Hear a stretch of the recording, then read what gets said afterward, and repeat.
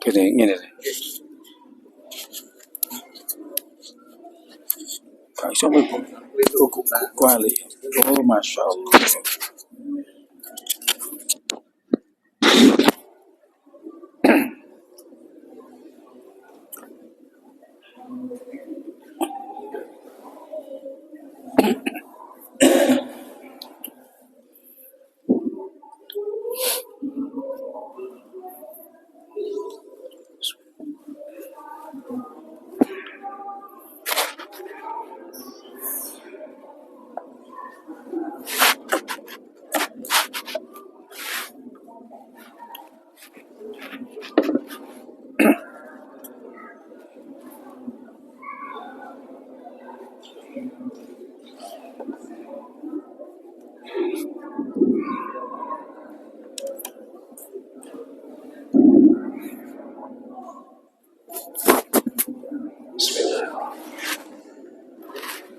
Assalamualaikum warahmatullahi wabarakatuh. Bismillahirrahmanirrahim. Alhamdulillahi rabbil alamin. Wal aqibatu lil muttaqin.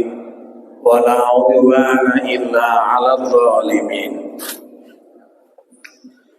Asyhadu an la ilaha illallah al-malikul haqqul mubin wa asyhadu anna muhammadar rasulullah shadiqul wa'dil amin.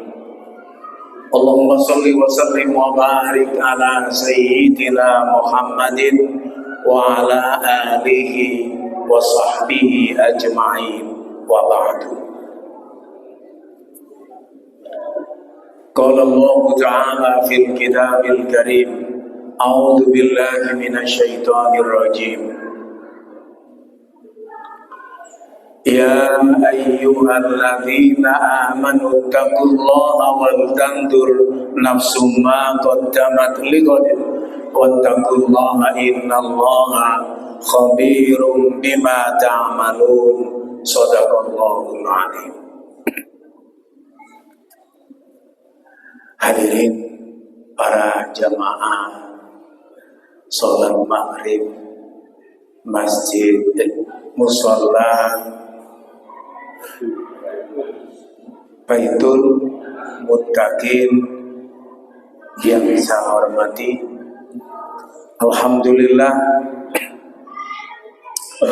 atas rahmat dan karunia Allah kita ditakdirkan untuk berkumpul dalam satu majelis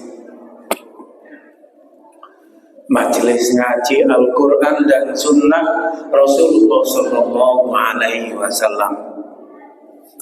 Kita berharap ini bagian dari bekal kita, perjalanan kita menuju Allah Subhanahu Wa Taala, menyempurnakan pengetahuan kita, sekaligus nanti menyempurnakan ibadah kita kepada Allah Subhanahu Wa Taala. Para jamaah sekalian yang dimuliakan oleh Allah,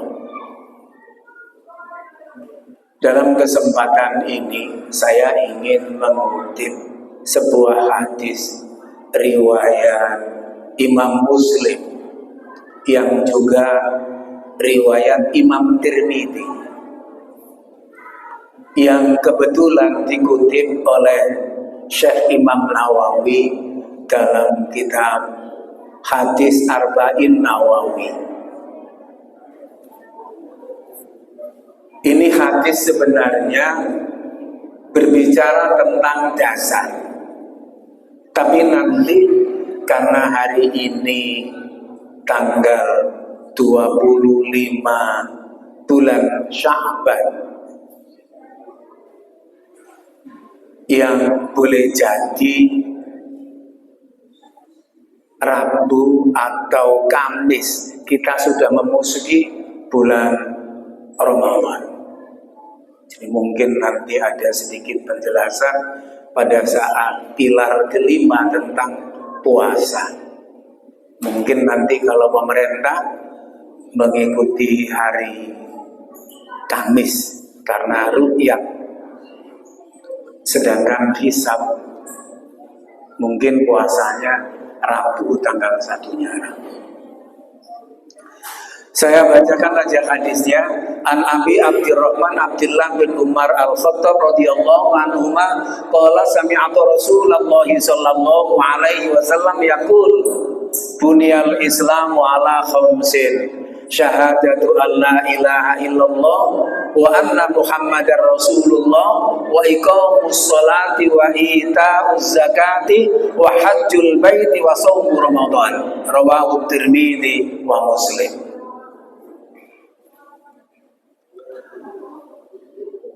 Dari Abdurrahman Abdullah bin Umar bin Khattab, beliau mendengar Rasulullah Sallallahu Alaihi Wasallam,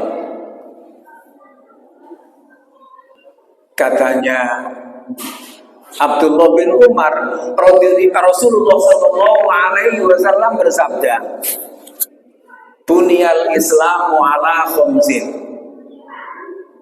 Ini jenengan kalau dulu sekolah di ibtidaiyah, kata bunia itu dari fi'il madhi bana kemudian dijadikan pasif atau menjadi mabni majhul, menjadi di. Bana itu artinya membangun, bunia dibangun. Buniyal Islamu ala khamsin. Islam itu dibangun menjadi 5 perkara. Iki masuk ilmu soroh ya, sampai dulu waktu no ibtidaiyah itu diajari apalan. Jadi bana yakni ikuti fa'ala yaqulu fa'lan wa maf'alan wa fa'ilun kadza maf'ulun uf'ul la taf'ul maf'ulun mif'alun. Ini bana yakni menjadi bunia.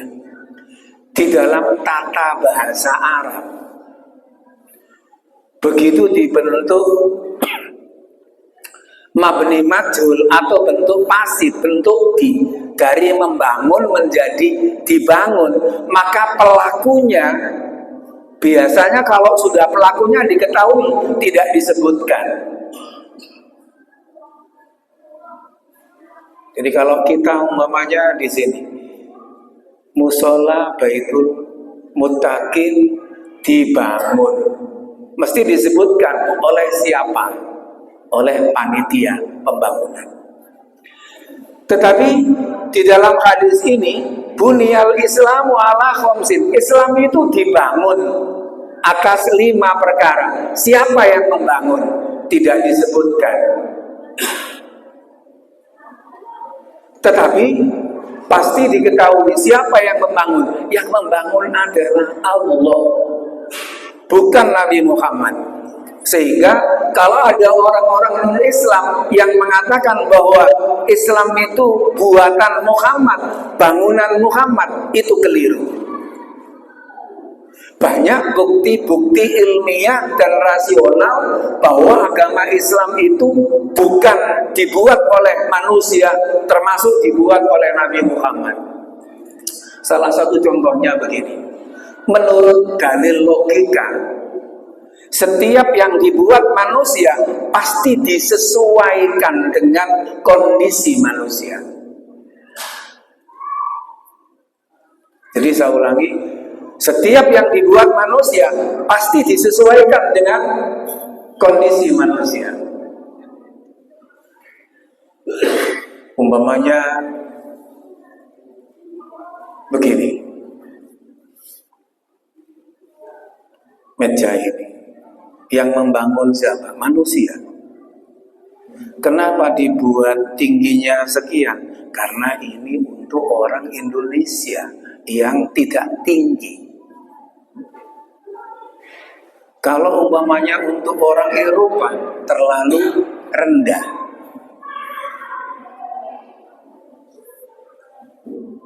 Saya ulangi, setiap buatan manusia disesuaikan dengan kebutuhan manusia.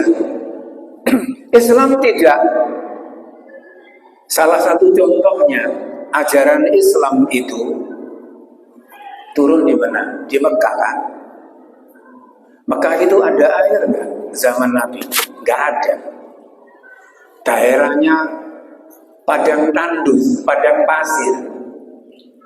Tapi ajaran Islam itu syarat atau sangat membutuhkan air. Sampean istinja cewek pakai air, membersihkan kotoran pakai air, mandi wajib pakai air, ibadah yang kita lakukan harus wudu pakai air. Seandainya agama Islam itu ciptaan Nabi Muhammad, mungkin disesuaikan dengan kondisi Arab Saudi yang tidak ada air, lampauati air, ngerepoti. Kalau buatan manusia itu seperti itu. Ajaran Islam itu yang membangun siapa? Allah. Karena itu diciptakan secara universal untuk kepentingan manusia, sesuai dengan kebutuhan manusia, untuk kesejahteraan manusia, untuk kemaslahatan manusia. Air itu universal. Coba di seluruh dunia ini ajaran Islam tentang bersuci, tentang toharo.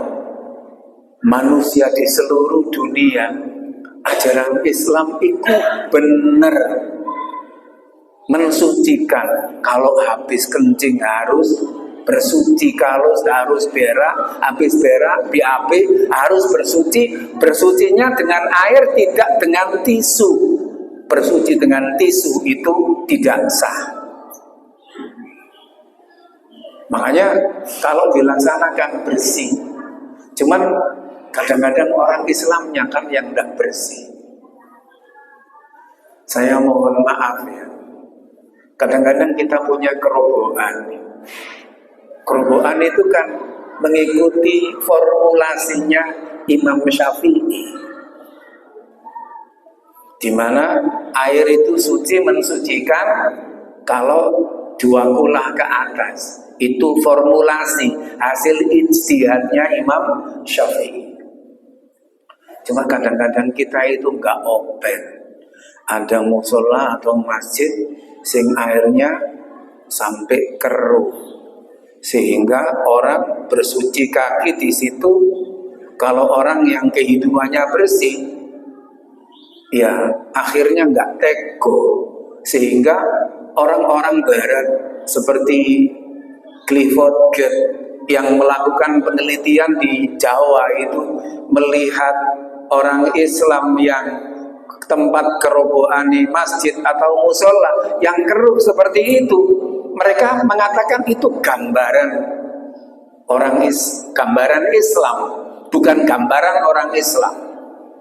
Beda antara Islam dengan orang Islam. Mestinya orangnya, Islamnya mengajak kepada kesucian, kebersihan. Kebersihan dalam Islam itu universal, diakui seluruh dunia bahwa Islam itu benar. Makanya tidak sedikit orang-orang yang masuk Islam gara-gara masalah bersuci. Islam itu bersih. Dalam hadis Nabi disebut innallaha nadhifun yuhibbun nadhafata. Allah itu bersih dan menyintai kebersihan.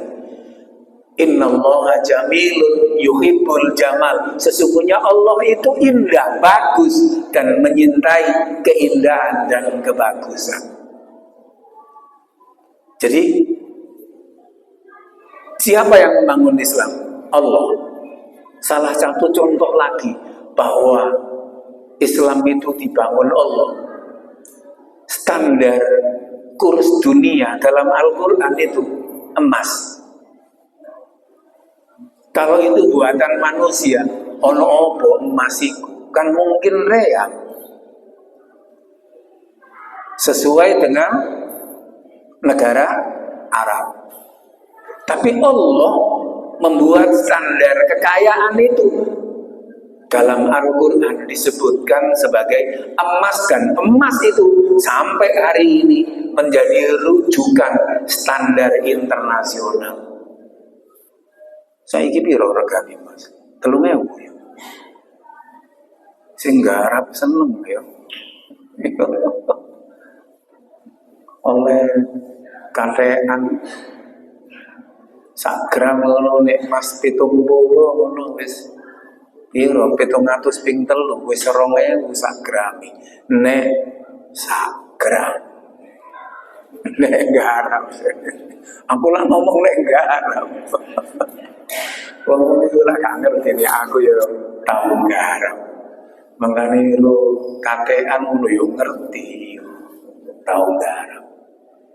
Lambian zamane aku iku adil temen ya.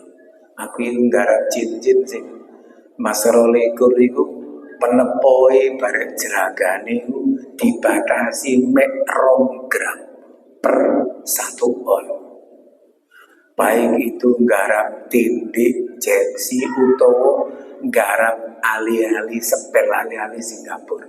Iku sing 100 gram perak penepoe istilahnya perak campur kuningan iku mek 2 gram. Coba saiki piro itu. Nah, iku menungso ukurane. Menungso itu nek gawe ukuran sesuai dengan kemanusiaannya. Jadi sapa sing bangun Islam? Allah. Standarnya internasional. Makanya kalau kemudian jenengan itu sholat di sini, beribadah di sini, dengan di Mekah, dengan di Eropa, dengan di mana saja, standarnya sama. Karena Allah yang membangun agama Islam ini. Kadang-kadang kita nggak kritis ya, sampean ya, bahwa buatan manusia itu memang sesuai dengan keinginan manusia. Jadi nggak bisa dikatakan bahwa Islam buatan manusia itu. Sampai kalau melihat truk itu, truk yang besar, sampai kan nggak pernah berpikir bahwa truk itu punya jenis kelamin. Jenis kelaminnya truk itu laki-laki. Kok lanang? Sebab seluruh ornamen, seluruh interiornya laki-laki. Setirik gede, tenaganya besar, laki-laki semua kan itu. Coba itu yang bikin perempuan, mungkin kemudinya dibuat kecil dan dibuat tenaganya nggak besar ketika atret, ketika ngiring haluan kiri, haluan kanan. Itu loh buatan manusia. Sama nggak orang berpikir itu. Bis itu semuanya, bus itu laki-laki. Makanya interiornya gak ono feminimnya, gak ada tanda-tanda bahwa itu perempuan, itu gak ada. Ya mungkin karena kita kalau memasuki sesuatu tidak pernah berpikir nalar apa dan bagaimana, sehingga melihat sesuatu itu biasa. Padahal sebenarnya sesuatu itu ada maknanya, dan kalau dipahami bisa menambah keimanan kepada Allah. Jadi Bapak Ibu sekalian yang dimuliakan oleh Allah, siapa yang membangun Islam? Allah.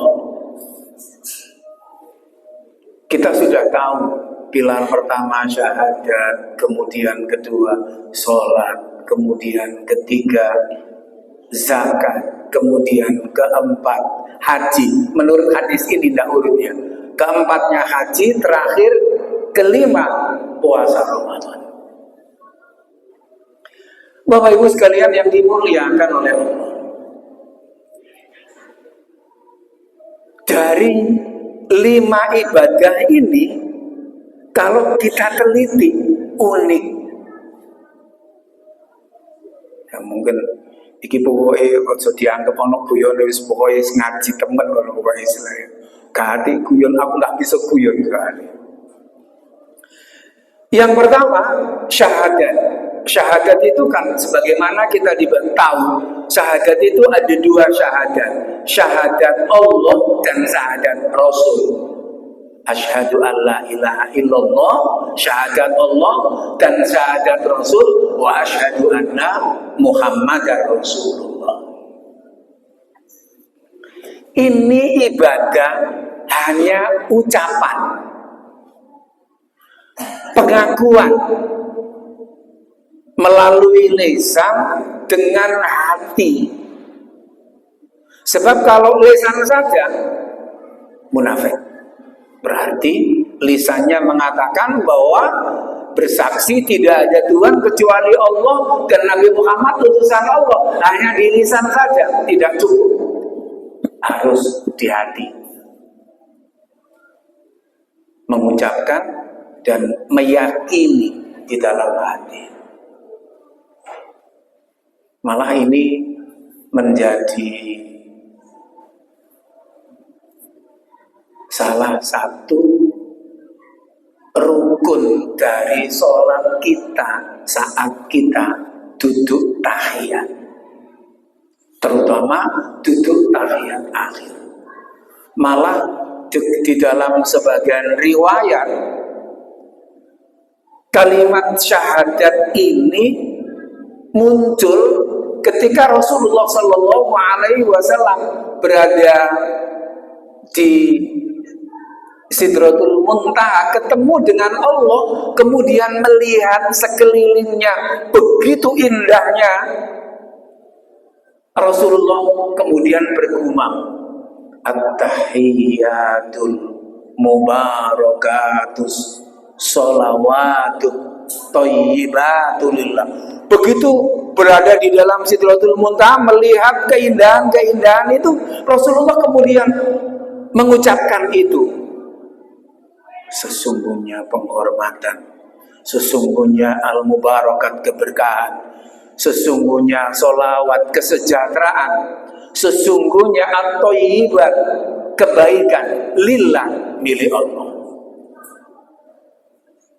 Lalu kemudian ketika Allah mendengar kalimat yang diucapkan oleh Nabi, Allah berfirman, Assalamu alaika ayyuhan nabi wa rahmatullahi wa barakatuh. Allah menjawab, Assalamu alaika ayyuhan nabi, salam kepadamu wahai Nabi Muhammad, wa rahmatullahi dan rahmat Allah, wa barakatuhu dan barakah Allah kepada Nabi Muhammad.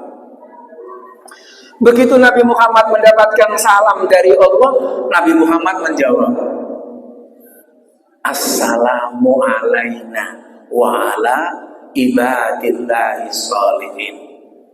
Salam untuk kami dan untuk hamba-hamba Allah yang soleh.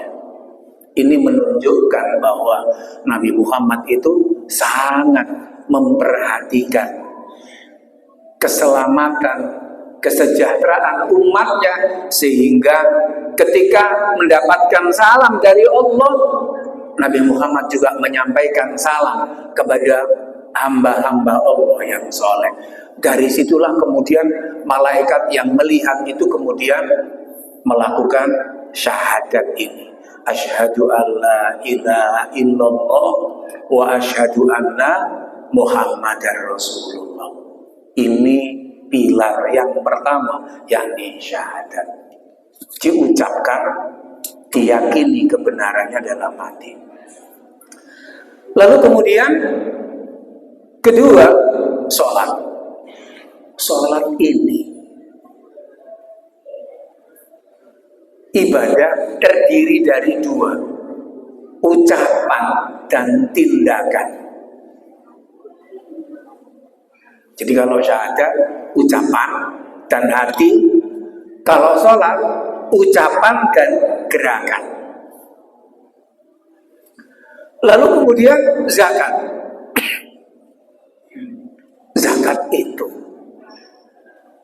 orang Islam yang memiliki kemampuan harta diminta untuk mengeluarkan, menyedekahkan, memberikan kepada fakir miskin sebagian harta yang dimiliki. Jadi tidak ucapan, tidak tindakan, tetapi hartanya, harta yang dimilikinya sebagian harus diberikan kepada fakir miskin. Ini wajib bagi orang-orang yang memiliki harta sudah 1 nisab. Yang kedua, harta yang dimiliki 1 nisab itu sudah haul, sudah mencapai 1 tahun. Bapak Ibu sekalian, kadang-kadang kita mungkin salah paham ya. Zakat itu berbeda dengan sedekah. Semuanya sudah paham, tapi implikasinya yang harus dipahami. Zakat itu wajib. Kalau tidak dikeluarkan, dosa. Dan kalau uang zakat itu tidak dikeluarkan, kemudian dimakan sendiri, maka dia memakan harta yang haram. Ini yang kadang-kadang tidak dipahami oleh orang. Jadi orang-orang yang tidak mengeluarkan zakat, itu dia memakan harta yang haram. Sebab zakat itu wajib dikeluarkan. Karena itu berbeda dengan sedekah. Orang yang sedekah itu luar biasa, karena dia tidak ada kewajiban untuk mengeluarkan zakatnya untuk fakir miskin, tapi dia keluarkan. Zakat sedekah yang sunnah itu seandainya dimakan dirinya sendiri tidak masalah, itu halal. Karena itu jangankan zakat, orang sedekah saja tidak boleh merasa bangga dan merasa memberi jasa kepada orang-orang yang telah diberi. Jadi memang panjenengan sedekah harta atau sedekah makanan itu tidak boleh merasa bahwa sampean itu memiliki jasa kepada orang-orang yang sampean beri, apalagi itu harta zakat. Umpamanya gini, jenengan zakat terus kepada orang sampean kasih 500.000 umpamanya, terus sampean mengatakan untung sampean tak kei, gak boleh. Itu kan karena zakat itu harus dikeluarkan, kalau dimakan haram. Jadi tidak boleh orang zakat itu kemudian berbangga-bangga itu, karena itu sesuatu yang kotor, yang wajib dikeluarkan. Makanya untuk Nabi Muhammad SAW dan keturunannya diharamkan memakan harta zakat. Tidak boleh menerima harta zakat.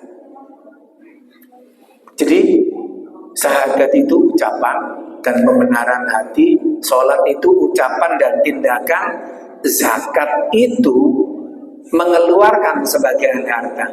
Haji itu sebenarnya adalah ibadah tenaga. Hanya karena kita orang Indonesia, maka harus ada transportasi.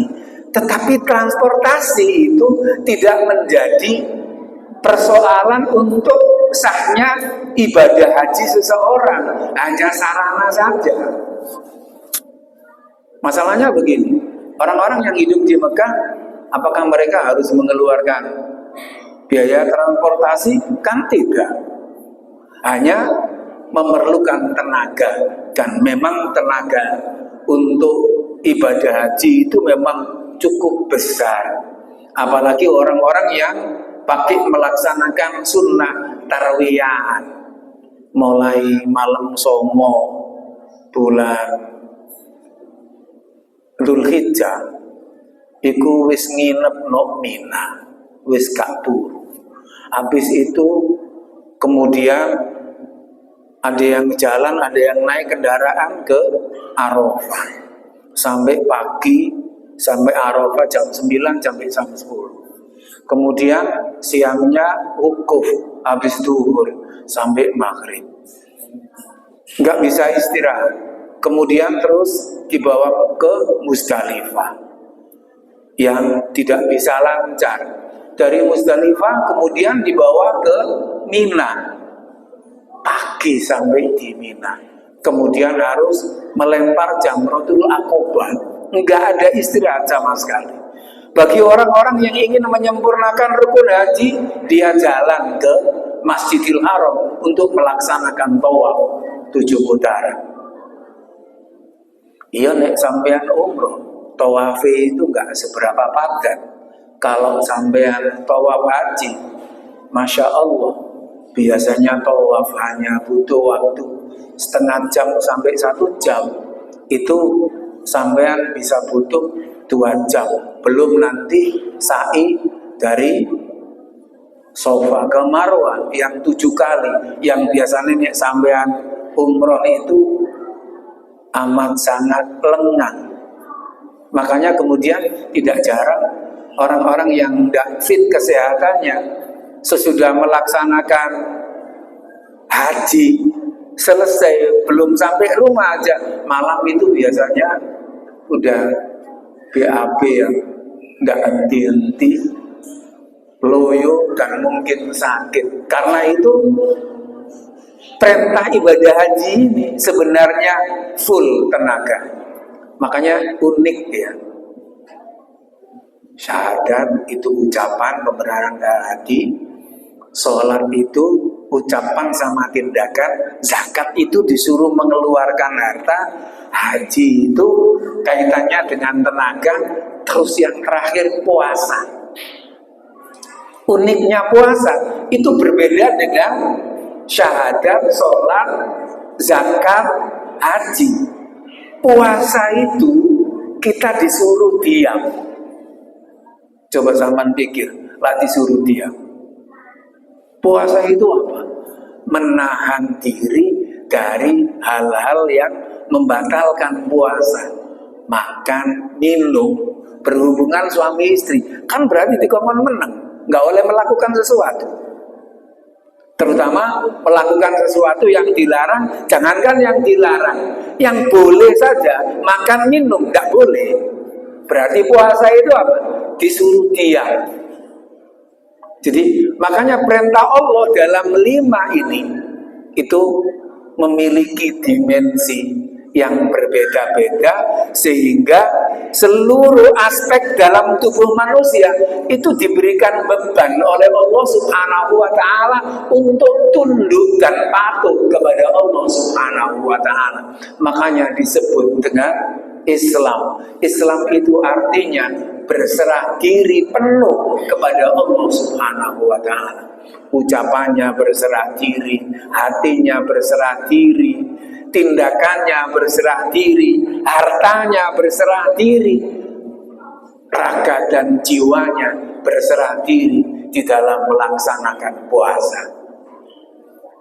Bapak Ibu sekalian yang dimuliakan oleh Allah, puasa itu sampai sudah ngerti dalilnya, itu surat Al-Baqarah ayat 183.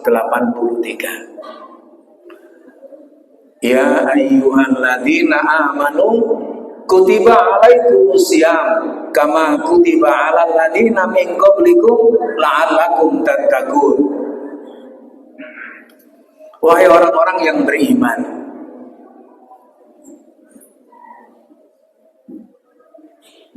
bertakwalah kepada Allah. Ya ayyuhalladzina amanu, wahai orang-orang yang beriman, kutiba alaikumusiyam, diwajibkan kepada Anda untuk berpuasa. Kutiba ini dari kata kataba. Ya kayak tadi, dari bana menjadi bunia, ini dari kataba menjadi kutiba, yang artinya ditulis atau diwajibkan atau ditetapkan. Ini kan pasif di. Pelakunya siapa? Ya, pelakunya kan udah jelas, Allah Subhanahu wa Ta'ala. Kutiba alaikumusiyam, diwajibkan kepada Anda untuk berpuasa. Kama kutiba alal ladzina min qablikum, sebagaimana diwajibkan kepada orang-orang sebelum kamu, la'allakum tattaqun, agar kalian bertakwa. Bapak Ibu sekalian yang dimuliakan oleh Allah, ayat ini memberikan isyarat bahwa puasa itu tidak hanya diwajibkan kepada kita, tetapi diwajibkan kepada umat-umat terdahulu. Di dalam tafsir yang ditulis oleh Syekh At-Tabari, beliau mengatakan bahwa yang dimaksud umat terdahulu ini adalah umat-umat ahli kitab, yakni ahli kitab Taurat dan ahli kitab Injil. Mereka diperintahkan oleh Allah juga berpuasa, tapi boleh jadi caranya tidak sama dengan yang diperintahkan oleh Allah melalui Rasulullah SAW kepada umat Islam. Di dalam tafsir Al-Misbah, kenapa Allah memerintahkannya dengan cara kalimat pasif? Kenapa kok diwajibkan?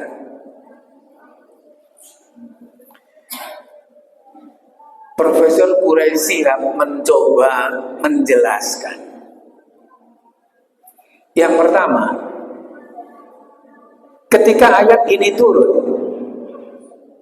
orang-orang Madinah itu sebagian ahli kitab itu sudah puasa, terutama orang-orang Yahudi. Puasa hari Sabtu,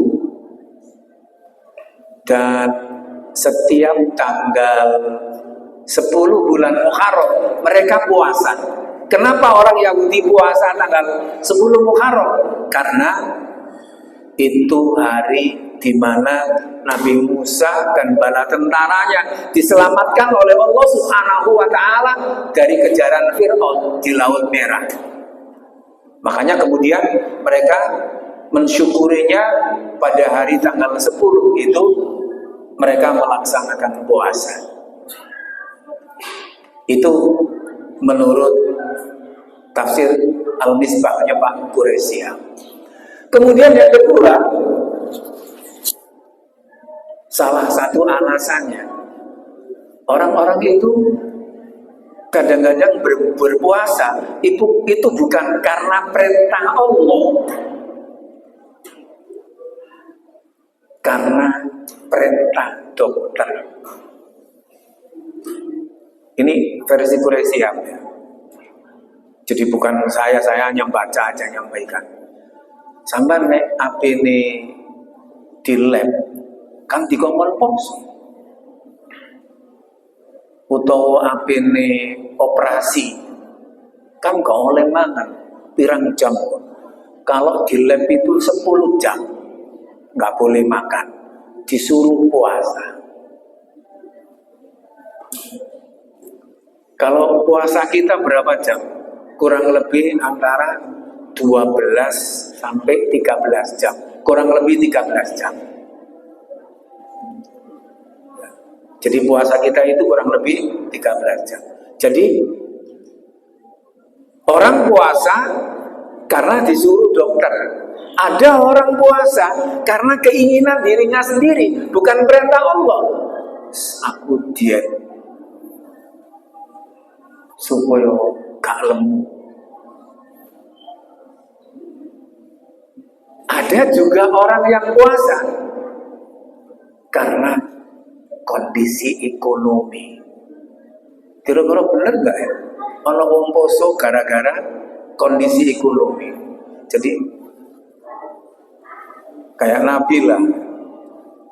Nabi ketika tanya kepada Aisyah, semuanya Senin, hari ini kalau sarapan enggak? Boten enten Rasulullah, wis aku tak poso.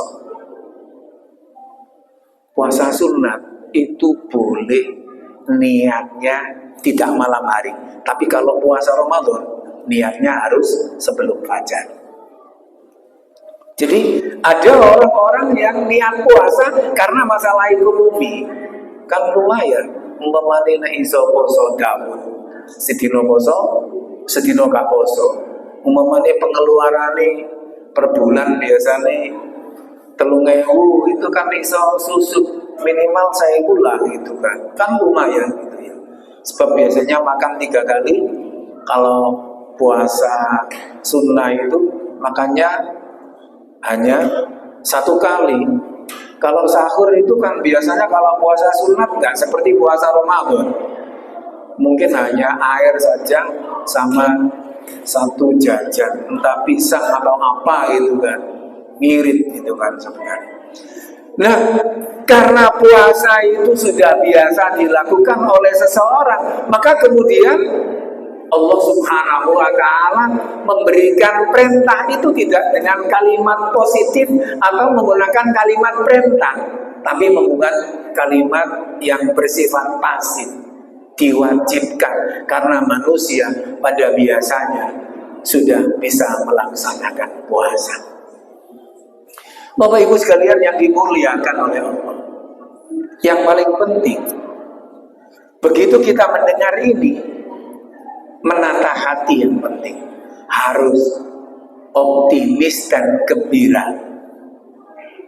Sebab kadang-kadang kalau kita melihat respon masyarakat dengar puasa itu macam-macam kan, ada yang tidak positif.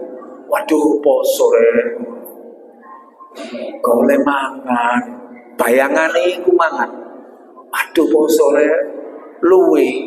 Waduh, poso lemes. Waduh, poso ngantuk. Itu nggak boleh sebenarnya. Sebab perintah Rasulullah SAW ketika mendengar puasa diperintahkan untuk bergembira dan menyambut dengan baik. Jadi ada kelompok yang pesimis, ada kelompok yang seharusnya optimis dan gembira. Ada kelompok sing gak jelas. Kebian ya poso. Pangon lapor ribut, kebian poso, saiki poso kan wis biasa. Untuk apa? Poso ae kan gitu. Ada yang seperti itu. Ini kelompok gak jelas. Mestinya ditingkatkan menjadi orang-orang yang jelas menerima perintah puasa itu, kemudian menyiapkan diri. Sebenarnya bagi orang-orang yang tidak biasa berpuasa, meninggalkan makanan, minuman mulai dari pagi subuh sampai maghrib itu berat. Tapi bagi orang-orang yang biasa berpuasa, bukan persoalan. Yang berat itu bukan urusan perut, makan, minum, kemudian merokok, berhubungan suami istri. Yang berat itu adalah tentang bagaimana kita mengendalikan mata kita, pendengaran kita, hati kita, pikiran kita dari upaya-upaya yang tidak baik. Makanya kemudian Rasulullah SAW membuat standar. Idza sumta falyasum sam'uka wa basaruka wa lisanuka anil kadhibi wal ma'tami wa ta'alal khatimi wal yakun 'alaika wiqarun wa sakinatun wa la taj'al yauma fitrika wa yauma siyamika sawaan. Katanya Rasulullah SAW seperti itu. Ketika ada puasa, katanya Rasulullah, falyasum sam'uka, yo pendengarane ikut puasa. Berarti kalau bisa ketika kita puasa Ramadan, pendengaran kita jaga juga dari suara-suara yang membatalkan puasa atau dari suara-suara yang dapat mengganggu kekhusyukan puasa atau dari suara-suara yang tidak ada gunanya. Falyasum sam'uka wa basaruka, puasalah pula pandangannya. Wa lisanuka, dan puasa pula lisannya. Yang berat kan ini.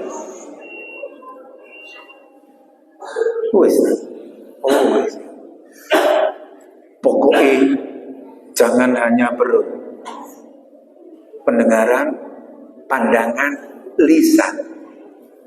Yang terakhir hadis ini, jangan menyakiti orang. Lalu pesan Rasulullah, jangan menyamakan ketika Anda puasa dengan hari tidak puasa. Memang disuruh berbeda.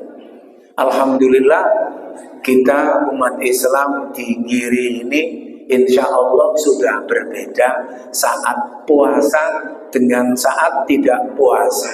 Tinggal bagaimana kita mengurangi pandangan kita dari yang haram dan yang tidak berguna. Ini bapak-bapak masih suka scroll Shopee ya, gak ono mari ini ya. Scroll statusnya orang, itu kan gak ono mari ini. Puasa dikurangi.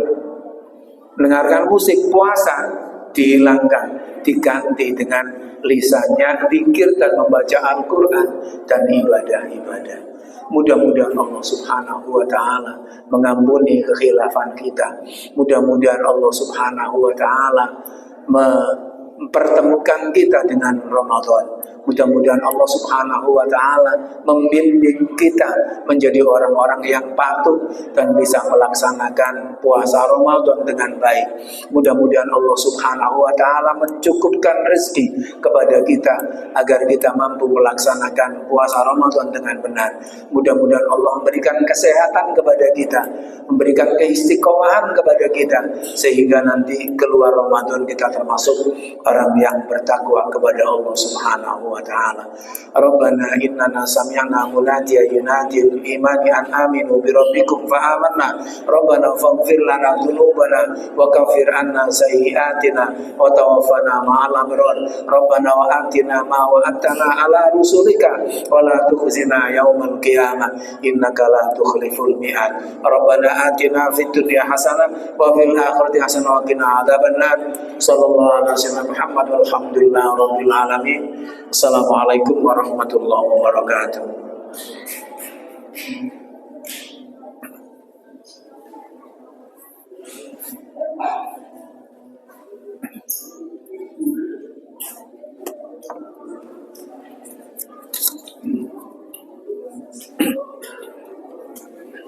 Apa? Oh iya.